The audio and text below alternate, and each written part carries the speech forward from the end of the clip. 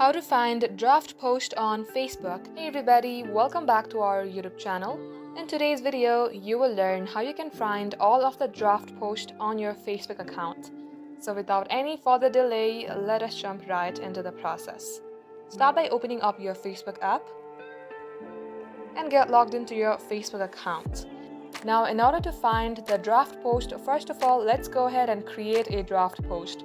To do that, tap on what's on your mind and tap on photo/video. Choose the photo or video that you would like to post and simply tap on the back icon on your top left. Here you will see Save as Draft option. Simply tap onto it and refresh your page. Now you will receive a notification that your post has been saved as a draft. Tap onto your notifications. As you do so, you will see all of the posts that you have added on your draft. Also be noted that this post or videos will only stay up to 3 days. Now this was the video that I added on draft, and this is how you can find others as well. Thank you for watching the video till the very end. In case it had helped you in any ways, then do like and subscribe. We will catch you up